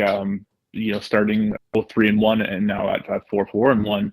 We're hitting the 10 game mark tonight, and they have a chance to get over NHL 100 to win 5 of their first 10 games after again a very slow start. I think this team is starting to come together. I mean, I think you see a bit more offensive polish. Only scoring 4 goals in 3 of 9 games. Being one of the lowest scorers in the league. You want the special teams to kind of ramp a bit, but the way they've actually been playing at 5-on-5, seeing some stronger play recently from their goaltenders, I think there's a lot to kind of be optimistic about if you're an Oilers fan. So what do you equate to these slow starts? These starts that just, it seems like the Oilers are seeming to just want to dip their toe in the water, is what Hernan and I have spoken about, and what is it going to take to start on time? Are we talking about starts of seasons or starts of games? Well, maybe both. Maybe both. Well, seasons. I mean, I think you can attribute a lot to what happened a few months ago. I mean, for as much as I wrote about it, I'm sure a lot of people did. People talked about it, probably yourselves included, about how this team have a better start, especially after last year. When you get to Game 7 of the Stanley Cup Final and it gets June 24th, and a lot of the team is back, and it's a very veteran.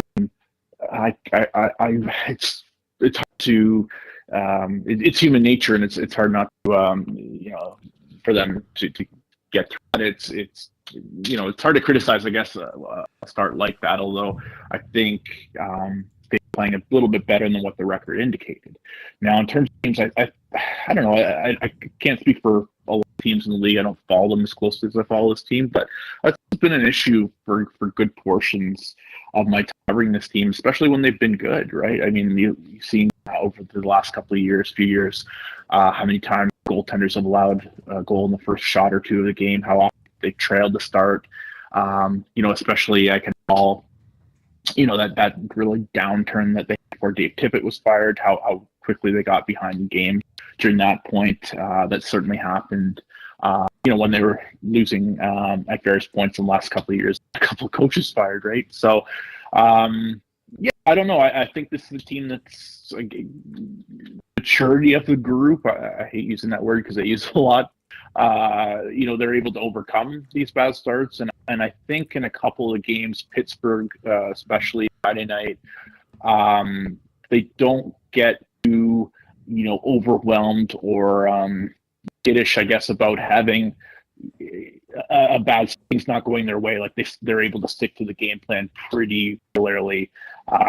Especially the Pittsburgh game, a lot was going right for them early in that game. It took into the minute mark for Leon Draisaitl to open scoring in that game, and they took off from there. But past of this team would have been probably needing for offense and wanting to switch things up. But I thought they held to the ground pretty well. So you'd like to see this team start better, both in season and in the course of games. I think they're a veteran enough group and experienced at kind of going through some of these rough patches that they're able to overcome it pretty well.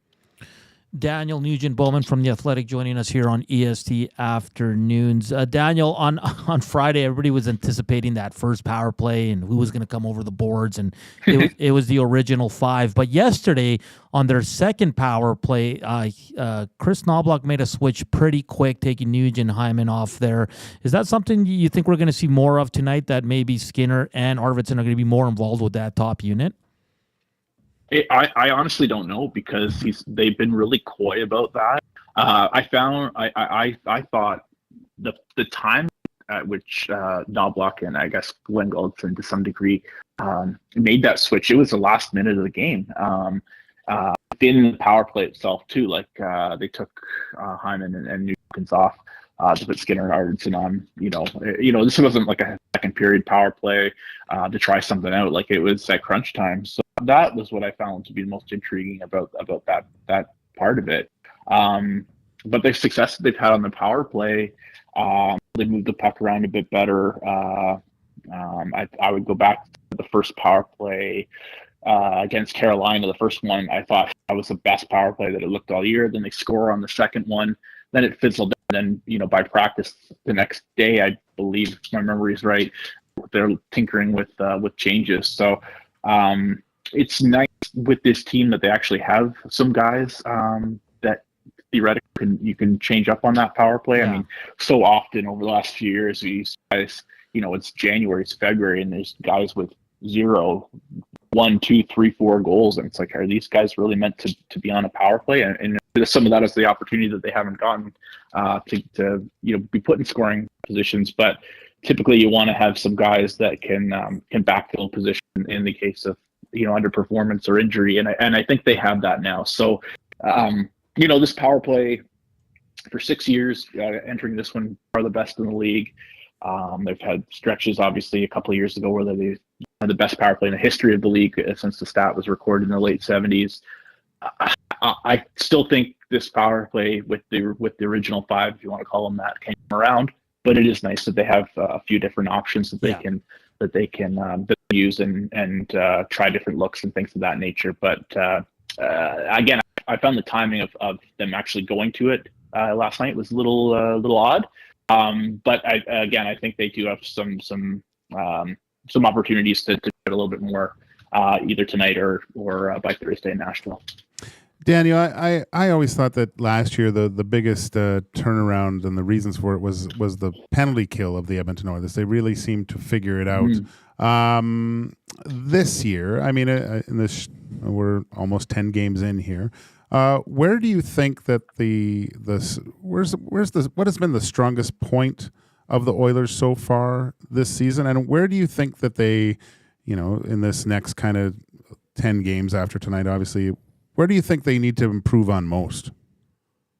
Well, I'll touch on your kind of your premise or your preamble about the penalty kill, and I think there's still some work done there, and part of that is them kind of figuring out, rotations, play with whom, and that's something they really kind of drilled down on and figured out by the end of the year. You've seen the last few games, Derek Ryan not playing as much on the penalty kill. Even seeing Brown and Yenmark not take shifts together on the penalty kill, which was, unheard of late in the year. Nurse and Ekholm never played on the penalty kill together, and for the last while anyway, have exclusively been doing that. So there's a lot of tinkering. When you lose 4 guys off of that unit, off of that group, I should say,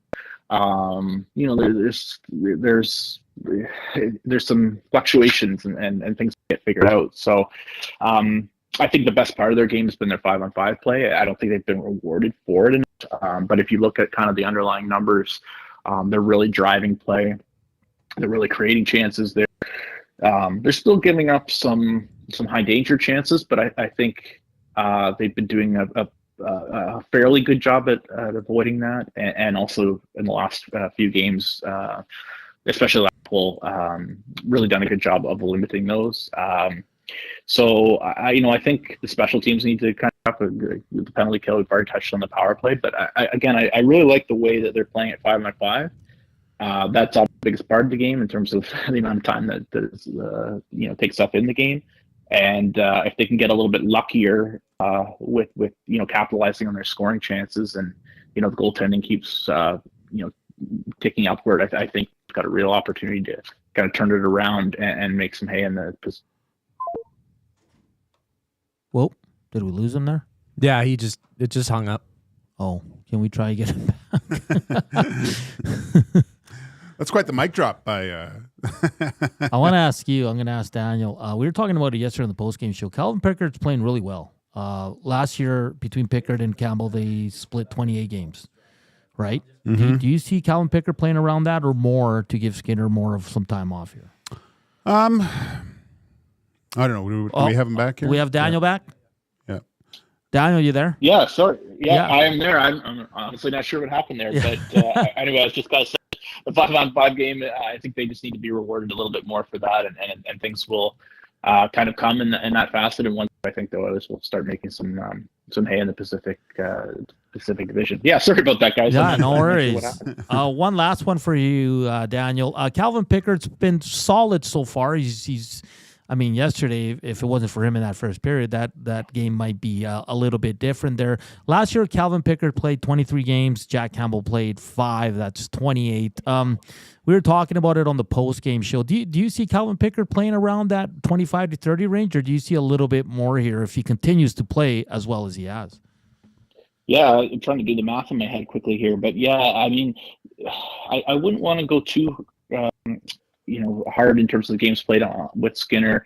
My math is correct. I think that would be about 55 for him last year. I think that's about right, which means there's no Jack Campbell here. I don't think there's anyone really pressing in the minors at this point. Mm-hmm. That means Calvin Pickard's got to pick up 5 more starts or get a little bit more, which sounds about right based on what Chris Knobloch was saying when I think I asked him late in training camp or midway through training camp. And so I think you see him getting around the 30 and Skinner around 55. Give a couple on either end. Yeah. For those two guys, and I think the thing with Calvin Pickard is, he spent a lot of time last few years in the minor leagues, but the guy that coming into last year had 116 games of NHL experience. He was the starting goaltender for Canada at a World Championship, and that take that for what you will. And not best on best, but just pretty darn a high level competition. So I think that's a goaltender that can withstand that, especially with a supposed good team in front of him. But yeah, I think that's kind of the ratio you're looking at, and I think Calvin Pickard could do the job just fine. You saw that last night. I don't think you want him going up against the league's best on every night. He's shown he can handle those starts every once in a while too. I think the Oilers are just fine in terms of where they're at with their goaltending and the personnel that they have there. DMB, good stuff. Thanks for taking the time to join us this afternoon. Enjoy the game tonight. Should be a fun one down in Columbus, and I'm sure we'll have you on soon. You're welcome, guys. Again, sorry about the drop there, but hopefully it worked out, and we'll talk to you soon. No worries at all. I blame Kub for that one. I don't know what happened there, but 86 thumbs up. We're 14 away. We got 136 watching. Hit it.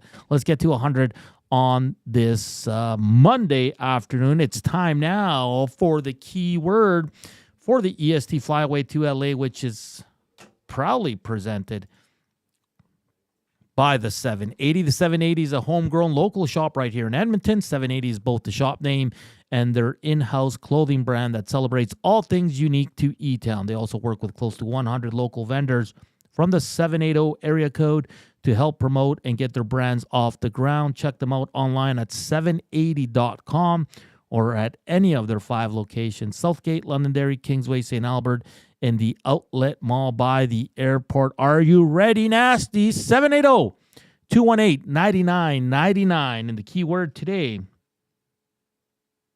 for a trip for 2 to LA from December 26th to the 30th, you'll watch Clippers, Warriors, Rams, Cardinals, and the Edmonton ice hockey team in either LA or Anaheim. The keyword today is Harden. James Harden, but just Harden. Harden. Harden. Text that in to 780-218-9999, and Zach will pick another qualifier that will get on the line after the break. That's coming up next here on EST Afternoons. Joaquin Gage, Hernan Salas. But first up, here's the Kube with a sports update.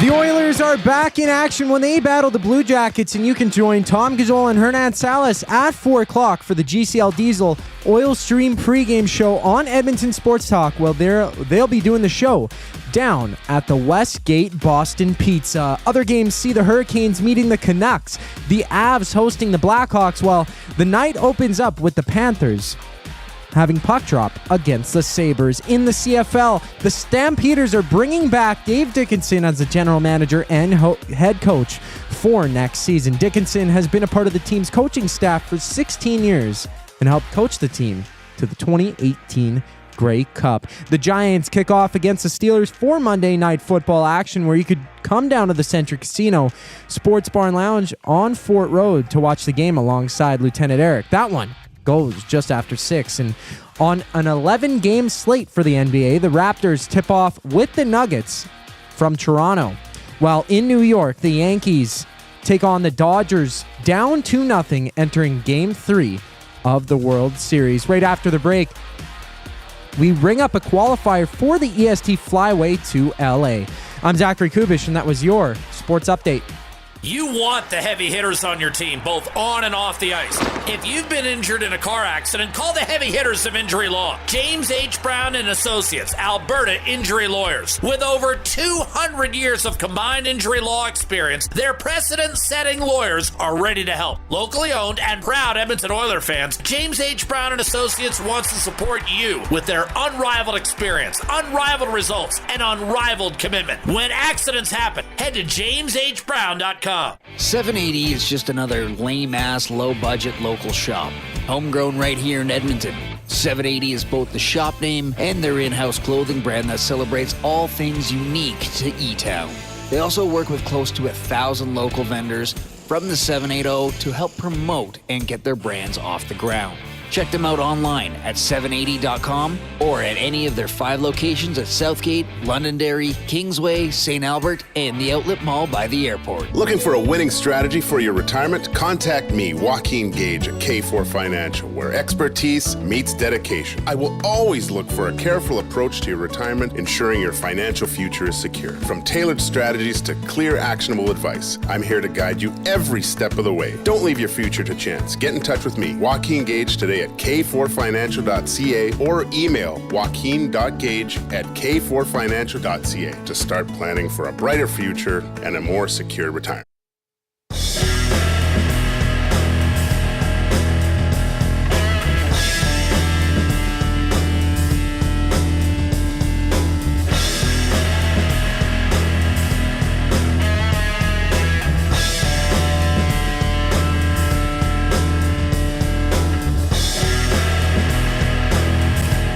2:40, last segment here on EST Afternoons. Hernan Salas joined like always by the one and only Joaquin Gage. We're 94 thumbs up. We're 6 away. We got about 15 minutes. If we don't hit it, I'm going to cry on air. Cry. Come on, if you haven't hit or smashed the thumbs up, hit it up. Let's get over 100 on this Monday. That would be awesome. Exciting news. We're going to have another Oiler prospect on the show tomorrow. Nice. Do you want to guess who? Defenseman. Defenseman?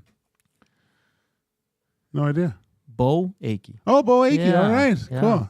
Nice. He'll be joining us tomorrow. That's just been confirmed as I was checking my email. So be nice to check in with these Oiler prospects These from time young to guys, time. see how they're doing, right? Yeah, because I know he didn't participate in camp because he was recovering, but he is playing for the Barrie Colts and having a pretty good season. And this is a guy they're high on.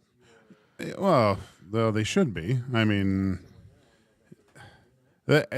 he was kind of the shiny new toy for a bit there too, right? Yeah. So, yeah, let's see how the kid's doing. It's I mean, if you're a defenseman in the Oilers organization, it's kind of encouraging, especially a young guy. It's exciting. By the time if you looking at the time frame of defenders when they're ready.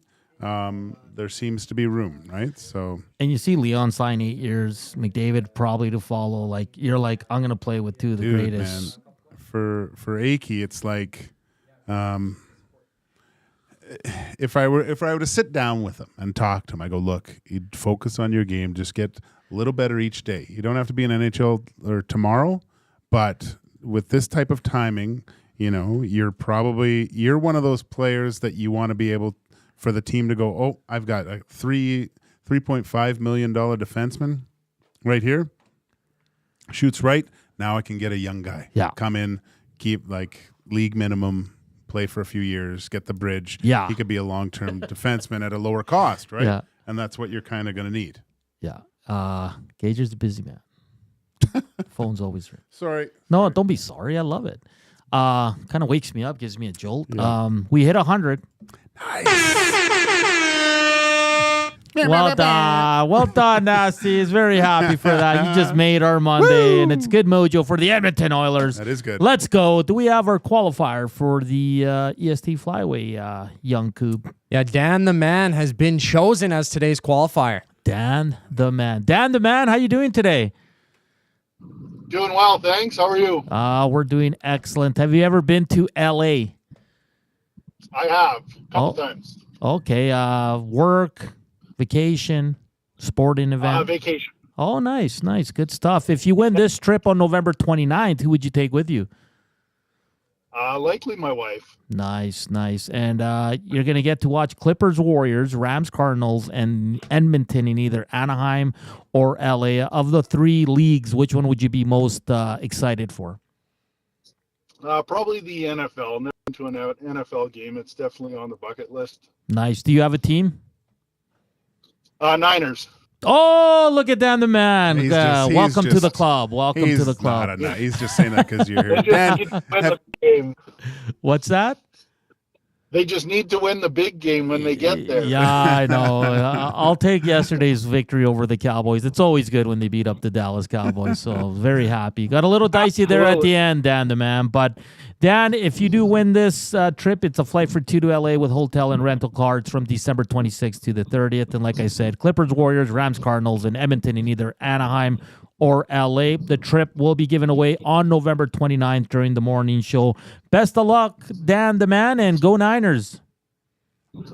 You bet. Thanks so much. All right, Dan the Man, another qualifier for the EST Flyaway to LA, which is presented by the 780. Check them out online at 780.com or at any other 5 locations at Southgate, Londonderry, Kingsway, St. Albert, or the Outlet Mall by the airport. I was asking you about Calvin Pickard. Are you okay with him at 30 games? Is that too much? Might be a little bit. Like Stu's a young guy. Like it's not like he can't play 50 to 55 games. You want him fresh, I guess that's right in the wheels. I don't want to see over 60, keep it under 60 if possible. I think that's right where you want to be. Anything over that, and by the looks of it, the Oilers are starting to get things together. I think the opportunity to play the other guy is going to become easier. I think with what you want the Oilers to do is kind of get into one of those top threes in the Pacific, and kind of keep playing and keep building. But then when you get to a point where okay, we're in a spot now where you know where you're going to be. We can kind of distribute the ice time a little bit better. And that's probably through the whole lineup, too. And I don't buy, the whole, Skinner needs rest, because I think a day off in November does nothing for him in May. No. Do you know what I mean? It is the mental side of it. Yeah. It's not the physical. It's the but there's so much time that they get off. There's a lot of rest. And the way that these guys take care of themselves and prepare, I think it's perfect. Just 55 to 60 games. And these guys are traveling well, staying at the best hotels. It's not like they're raw dogging it, right? No, there's no Motel 6s. So that's why I was intrigued yesterday, because Pickett's played well. So it's like, if you trust him and he's getting you wins, why not give him a few extra games here and there? But I guess you got to take it on a week by week basis, see how he's performing, and go from there, right? You got two, I think Coach K says this. They got two really serviceable goaltenders. There's obviously a 1 and 2. Stuart Skinner was great against Pittsburgh. Some of those saves that he made to keep the shutout intact was really impressive. Especially that you look up to the score clock and it was 32-4 or something. Yeah, I was like, bad. What is going on here in the set? And you're just waiting for something bad to happen. And no, Stewie was good, man. It was really good. It was horrible. A horrible giveaway by Draisaitl in that game. Yeah. I gotta ask you this: did you see Dwayne Wade's statue? No. Oh my, Zach, did really I send bad? you the picture? I think you did. I'll pull it up here. Okay. It's wild. Do you remember the Cristiano Ronaldo one? How bad that one was? I think this one takes the cake. Here, he's gonna pull it up. And for people watching or listening, if you're watching, you're going to be able to see it. But if you're listening and you haven't, just click in his name and, it is. Can't they talk to the Madame Tussauds Wax Museum and kind of, that looks nothing like he's going to play it right now. Look at that. That's not Dwayne Wade. I don't know who that is. Well, he went up there and he's like, who is this guy? But I don't know if he was being genuine in a sense, I can't believe I got a statue, or if he was actually like, hey, this guy looks nothing like me. Because he did take pictures with it with his daughters. And it's cool to have a statue, but it doesn't look like you. Could be. Well, I guess. Is that a real jersey, or did they just put the next guy on there too? Which one's worse, this one or the Cristiano Ronaldo from years ago was pretty bad too. They picked ugly Ronaldo. Yeah, it was hilarious. But I think this one's nothing looks like Dwayne Wade. I'm trying to figure out who this looks like, and I couldn't tell you. I really couldn't tell you. Oh, you should have been on the X machine. There's some great gifs and memes being made with this. I'm sure. But I mean, which one's the best sports statue? Wayne looks like Wayne, Yeah, well, our great producer is going to pull up Ronaldo, and you're going to let us know which one's worse. Oh, I got to say, Ronaldo's is much worse. Didn't they have to change it, though? Didn't they? It's scary, man. It doesn't even look a lick like him. He looks like his face has melted, is basically what it looks like. Yeah. It just got hit. I couldn't even recognize who that is. The eyes, Chico. The eyes are too close together. That's you feel bad for the person that made it, but at least it's got at least. Why? I mean, why not just take a mold of his face? Exactly. Or just look at a picture. The way you're making it, you're making the correct one. I don't know, man. I mean, yeah, that's. The funny one was the guy when they made David Beckham's statue. It was fake. Yeah. But you saw David Beckham's face, and he was visually disappointed and goes, "What?" Matt Hyman says Lawrence Fishburne is the one that Dwayne Wade looks like. I saw that online, which is I guess Morpheus. Hell of an actor. Yeah. Yeah, I could say Morpheus. You could say Morpheus from the Matrix in that one. You can take that one. And look at Zach. Oh, He's a the beauty. Beckham. Wait till you see this one. Jesus. Like that looks nothing like him. Nothing like him. That was a prank, though, It was right? a prank. Okay, because his eyes looking off to one side. Yeah. He's all cross-eyed, and his hair just looks. Oh, that's great. That's too funny, man. Oh well. That's Hey, at least they have one, right? Oh yeah, I know. I'd rather not have one if it looked like that. Like, to be honest, if you're gonna put in the effort and like, if you're gonna get a statue and be immortalized in that sense, if it looks that bad, nobody's gonna think, wow, what a great player. It's going to be like, why does he look like this? Looks so funny. Oh, well. Did you listen to the scary draft? No, I was busy. We don't have the results in. Who did you think win? I heard Tommy's back to old Tommy with the draft. It's hard. I think Tommy right now is last at 8.2%. And that means that you're relegated. You're out of the next draft if you're under 10%. I wonder about... Leading the way is number 3, which is Jay Milne. He's scared of birds. Was Dusty like purposely looking at it and then just bowing out of the draft? Like, no, so Dusty got sick. Trevor stepped in. I know, but was he sick or did he not? No, he was sick. And then you know what was funny? He was telling he shared his list with YouTube Trev, and YouTube Trev went off the rails. He did his own thing. Nice. And Dusty's not happy. Oh, really? No. Oh, good. But I will say, let me check if so YouTube Trev's second right now at 34.2. Going off the books. Yeah. Okay.